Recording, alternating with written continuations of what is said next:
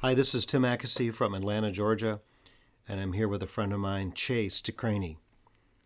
People know him as DJ Stutter. A lot of people know Chase from the community, and I want to welcome him. We have a lot in common. We go back years, and our experiences in childhood were very similar. We've done a lot of self-help work to help ourselves that followed some of the same pathway. But here's Chase Decraene. I'm going to ask Chase, what was it like to grow up with a stutter? How did teachers deal with it, and friends and family? Yes, Tim. Thanks for having me here. It is great to be able to share some of my experiences with hopefully people that could benefit from it. Growing up as a child with a kid who stutters, it's something that you don't really understand what is different about you until you get to the point where your friends are speaking to each other, in a fluent manner, and you just happen to have a small little hiccup in your voice, which isn't anything too out of the ordinary. But imagine when you're in your Spanish class, let's say, and your teacher wants you to wants the whole class to read out a prayer or a poem in class, and she talks with you after class saying, hey, it's okay if you don't want to do it in front of the class. I know that you have a little bit of a struggle with your speech sometimes. And for me, that in itself was more of an effect than stuttering to my classmates, because it made me feel unique and enabled my fear that I was unique in class. And so being able to having that people just that little difference, it's super important to educate teachers on stuttering so that they can I know that it's their best intention to help people that stutter or people that have differences to try to help them, but it might be easier just to educate the class. So stuff like that has those have just been small bits of what's been like growing up as a kid who stutters. Yeah, so you were approached by the teacher, and the teacher with good intentions was going to enable you. That's what we call it, by excusing you from speaking in front of the class. And you said, no, I'm going to speak in front of the class. You also, I remember, did your oratorical in middle school on stuttering. All of your classmates knew you stuttered, and you still did it. Why did you, in front of hundreds of people, decide to give your oratorical on stuttering? Because it's something that's important to me. The stuttering is a thing that's made me who I am, either from the good or the bad. Each person, no matter who you are, famous, rich, multi-billionaire, every person has their cross to bear, and mine is just a little bit more open and vulnerable to things, which, well, actually, and as I've grown, it's become more of a strength, in the empathetic aspect of things and the authenticity aspect of things. But the oratorical was, I just wanted to get up and be like my friends, and so I took Good for you. a proactive Good for you, man. method to it. It's been said before, when we walk up to somebody, they have no idea we stutter.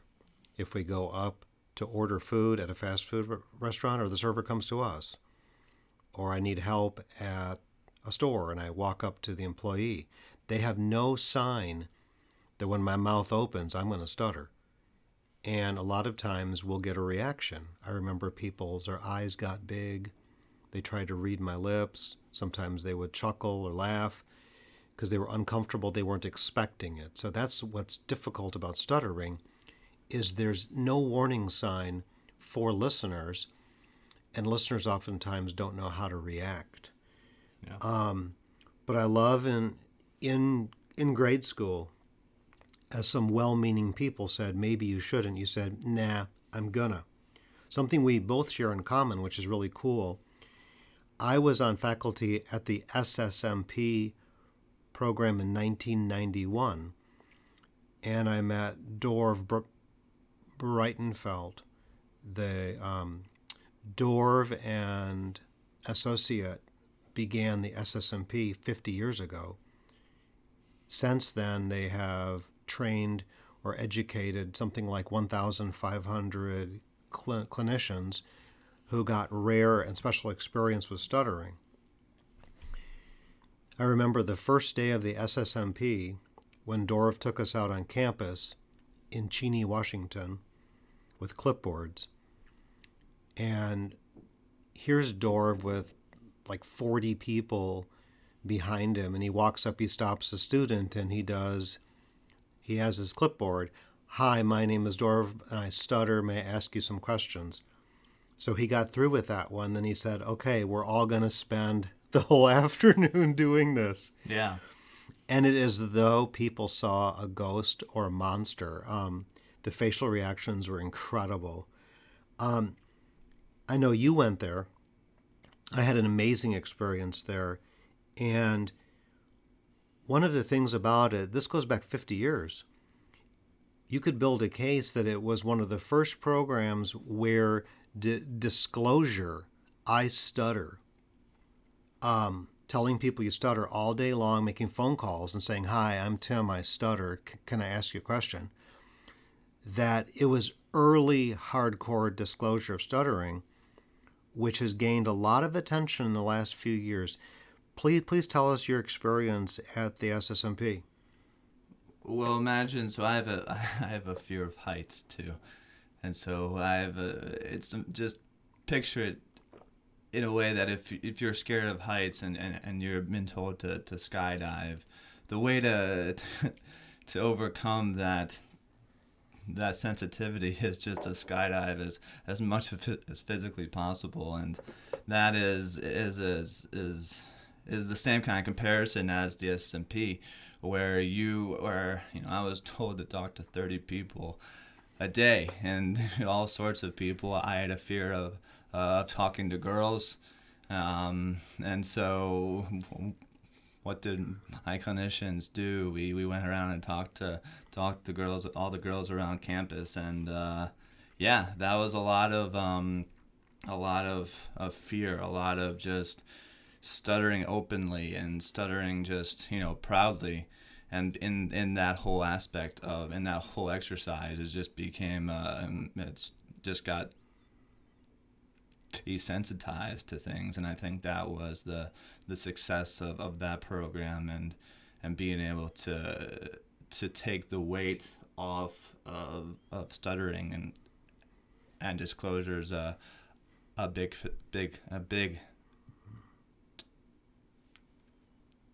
tool for that across the board. When I met Dorv, I was flabbergasted. Here's this man who's, I'm going to estimate about 5'8", but as big as a giant. I had never met anyone with the courage about stuttering as this man. I will never forget the impact he had on myself and people for 50 years after. It was interesting. I was in grad school at the time, still stuttering. And so I went through as a clinician and a person who stutters. And it was interesting. I watched, after about 10 days, that I think every client who stutters was not stuttering. And the reason is they were so desensitized to stuttering. They talked about stutter from 8 a.m. to 9 p.m. They were out in public. They disclosed. They did the tally sheets, which were little notebooks where you would tally your stutters, and you were learning some of your techniques. But at the halfway point, you would talk to people, and it's almost as though they weren't stuttering, and I was one of them. But Dorf kept saying, it's still there, it's still there, it's still there. And then he put in a lot of voluntary stuttering to desensitize and to learn good motor control of stuttering. So Yeah. he said, it's still there, it's still there. You're going to go home to wherever you live, still a person who stutters. So it's a journey. You're going to have to keep working at it, but incredible experience for both of us. Yeah. Then you went to college and you had the audacity, the nerve to be a disc jockey with the handle DJ Stutter. I want to hear about that. Well, a quick backtrack on the SSMP. One of the things that was, just as a person that stutters or a stutterer, that was also kind of a thing for me, is to being able to differentiate between a stutterer and a person that stutters. I had a hard time with that, and to me, it's a part of me, and it's something that I hold dear to my heart, but it's so with that, having to project on people is a big thing. I mean, when you are talking with people, your mind is going crazy, and you have to. You're not just having your own self anxiety. You're putting the anxiety of your listener on you, and projecting for me is something that I struggle with, but it's also a tool. But one of the things with the DJ stutter, when I went to college, I wanted to disclose in a way, and I've been in music all of my life, and being a DJ and putting the DJ stutter on marketing materials, on billboards and flyers and things like that. It took the weight off of stuttering during college, and it allowed me to just to really grow in the comfort of my speech, and being able to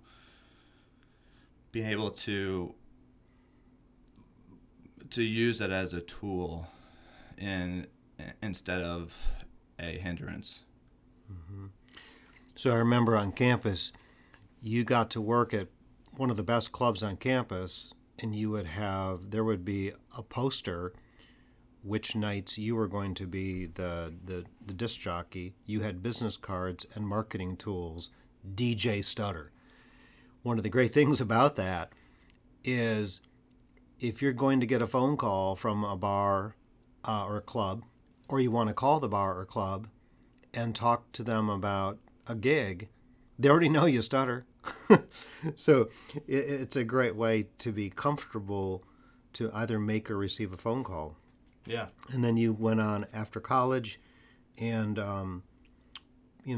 kept doing gigs here in Atlanta, Georgia with the same handle, which is incredible.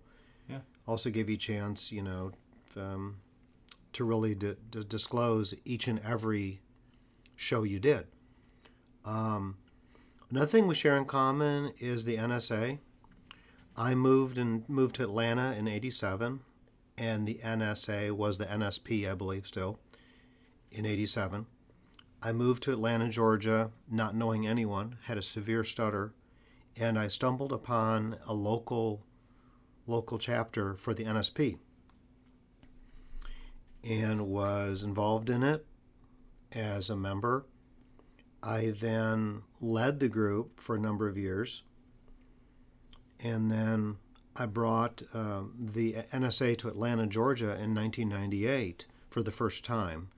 And at their conference, you were 13 years old, I think you said, and you're with the support of your parents, you came to your first conference. Please tell us about the experience of like that conference, and then some of the things you've been doing with the NSA for about 15 years now. The NSA is a game changer for anybody who stutters. It allows it's a community.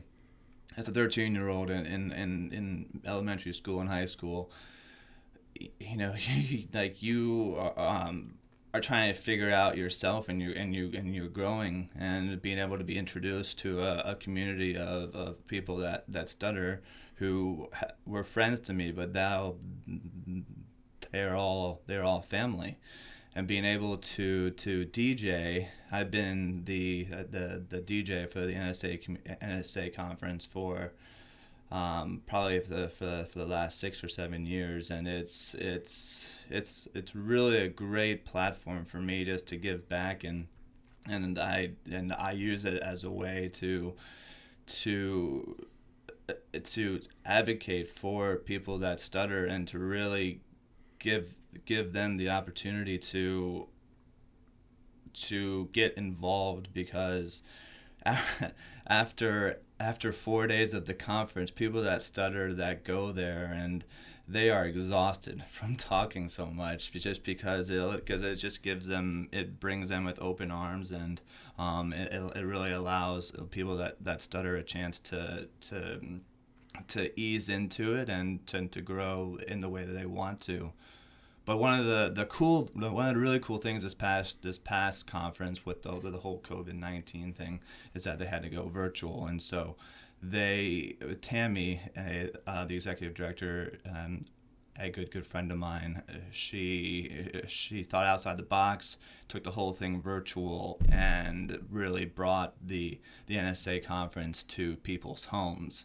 I have a unique perspective on that, because I DJ'd the virtual dance party at the end, and we did this virtual conference that we were able to spotlight people, and I believe there's around 250 or 300 people in that room, and seeing these people from Japan and Seattle and Russia all dancing in their kitchens and living rooms, and that's unheard of. That's unheard of being, as a DJ, and seeing the platform change, and people, these DJs have been trying to figure out a way to incorporate their audience, and the NSA did it without any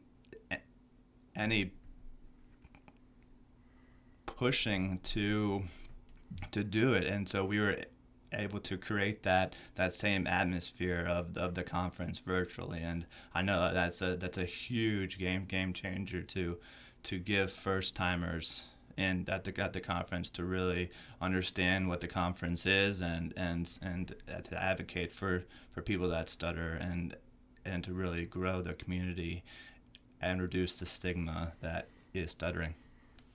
It was 2 weeks after that I discovered that Chase blocked my camera so that people couldn't see me dancing.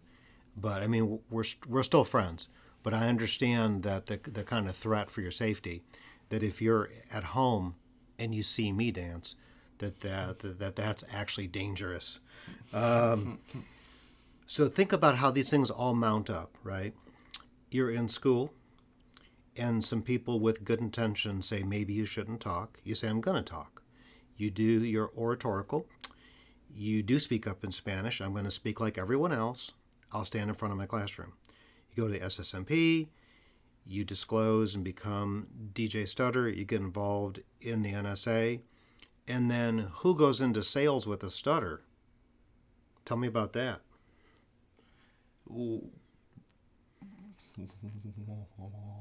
What if I stutter? Like, why do I stutter? How do I stutter? All kind of things that I think about on a minute by minute basis of my life. As people that stutter know, it's a constant it's a constant thing that allows your brain to expand. But sales. So my full-time job is a booking agent for a music agency up in Nashville. I switched over to the business side of things to use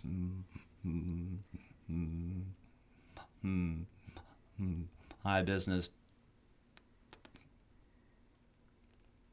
degree, and it's extremely hard. From a stuttering standpoint, you are building relationships with people, and talking and negotiating things with your words, and it's something that I've it's something that you have to understand yourself, and I'm still am figuring out myself. There are days when I wake up and it's just a bad speech day, and some days are a little bit more challenging than others. But at the end of the day, it's like, why? It's not why am I stuttering, it's how am I stuttering, to be able to communicate your thoughts in a way that is complete. And so being able to be on the phone with these buyers that are known to be quick and impatient and jerks, it's you you know, you have to kind of go into your toolbox and figure out a way to work around the conversation that it gets the result that you want. And so someone that stutters, yeah, I mean, it's like, what if I stutter? Is he gonna be like, you know, how come, you know, this guy is representing this act that it's a solid act, and so it's all those kind of toxic thoughts, but kind of having to project that on your listener and then projecting it back to you. It gets exhausting, but also at the same time it is rewarding, and I enjoy talking with people. I enjoy that, and so it's something that I love doing. Prior to you going up to Nashville, some people may not know you were on the West Coast in sales. And as you leased apartments, I remember you being the number one in your company 2 quarters in a row, 3 quarters in a row. Is that right? Yes. Out in San Francisco, that was quite the trip. I was out there for a year, and I really wanted to. Got a job in sales and leasing apartments, and one of the strengths of a person that stutters is just you're able to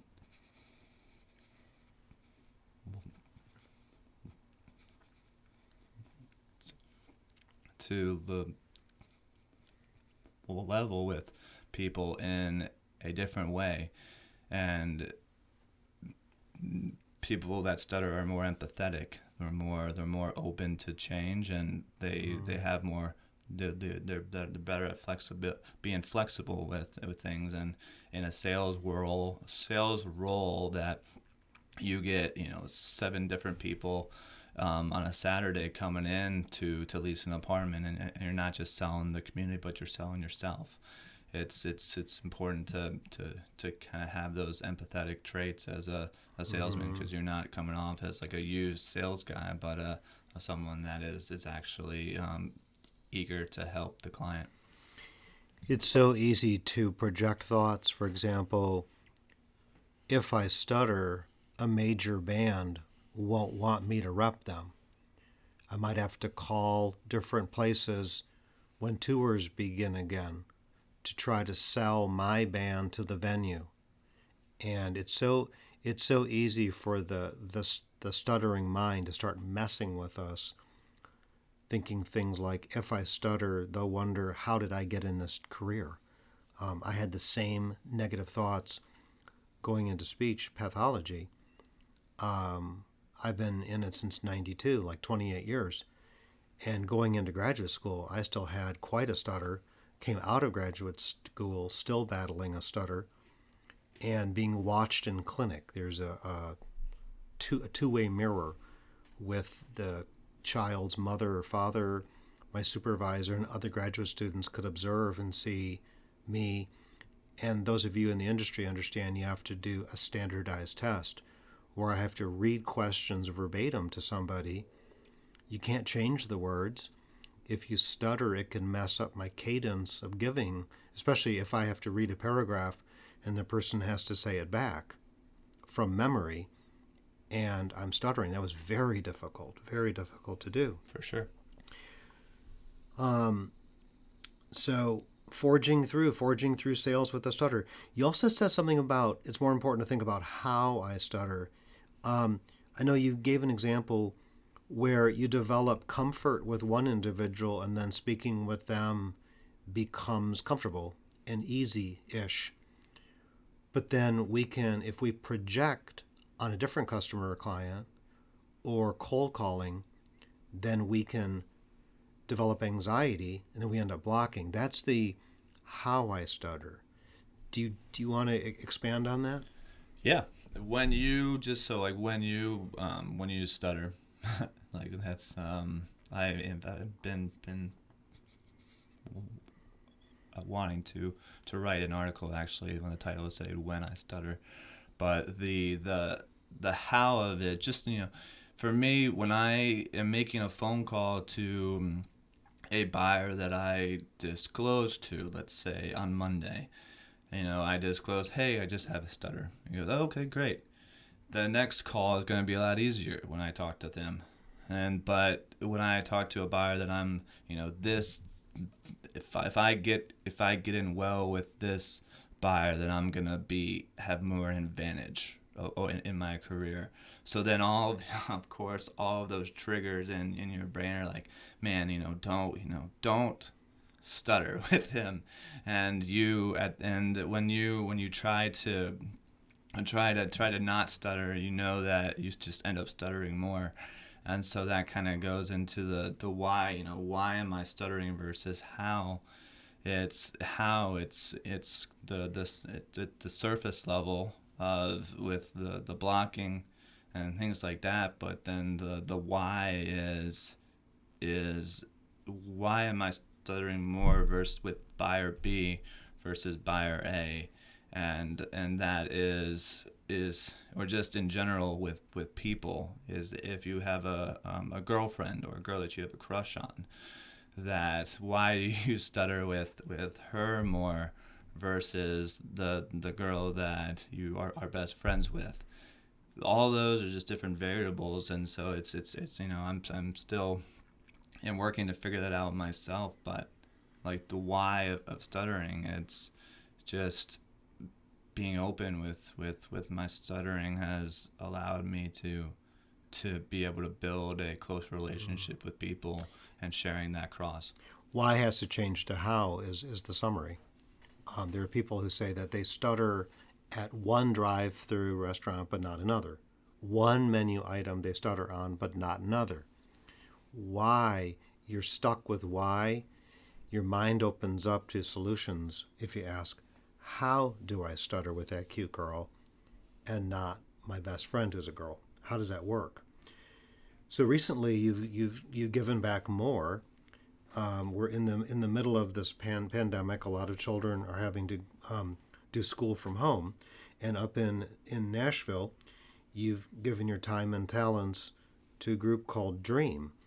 Please tell us briefly your experience with Dream and the kids that you're helping.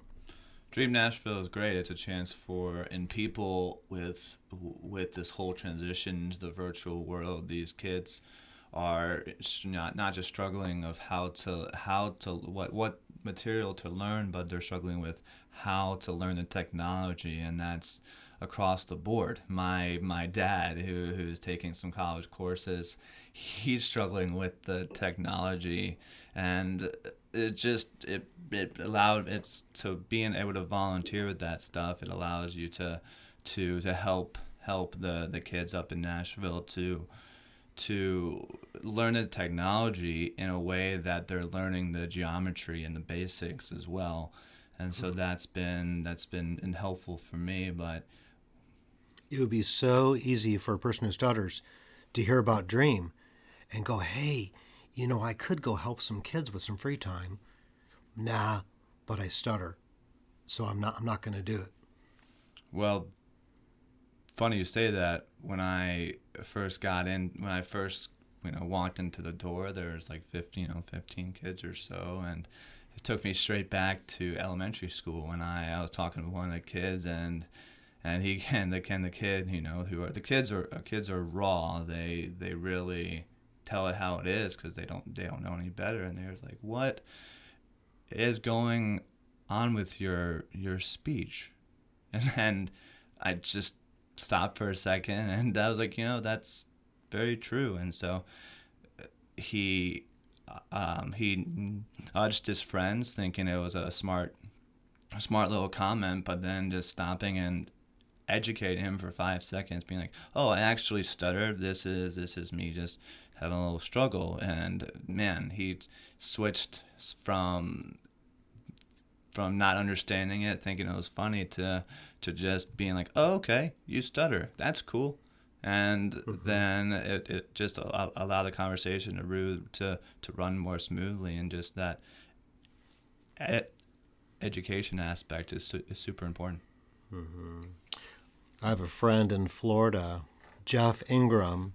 If Jeff hears this podcast, this is out to you.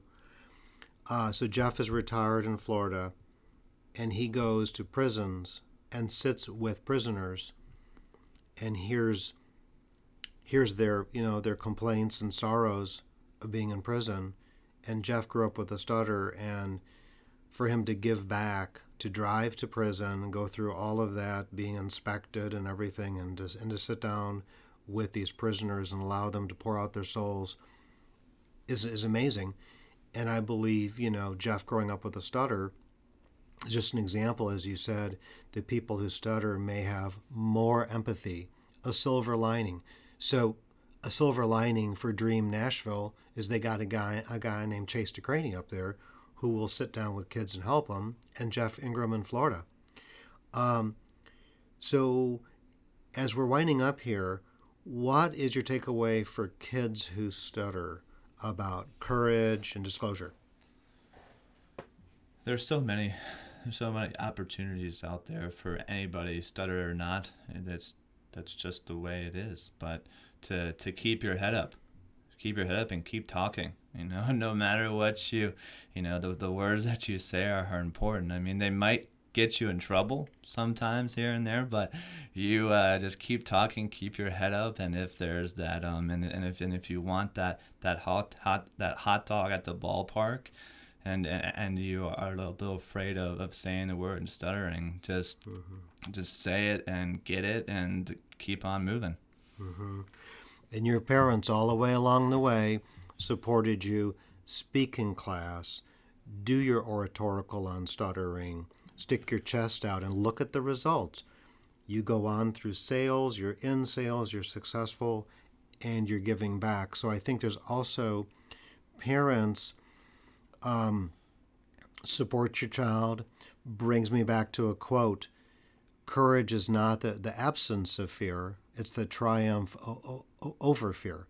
And so, parents work with the speech pathologists, work with the teachers, and support your child to take the chances that Chase took to get Chase where he is. Is there anything else you want to add, Chase? No, just it's a great opportunity, and I'm still figuring it out with this whole COVID thing. Trying to figure out with masks and overcoming that. It's a constant battle. It's something that we're all in together. That's the NSA community is awesome. If you get a chance, it's a great community to check out, and this just to understand that we are not alone in this, and really give it your all and keep after it. So for the NSA, it's westutter.org. Check them out, get involved. Thank you so much for your time today, Chase. Yeah, thanks, Tim.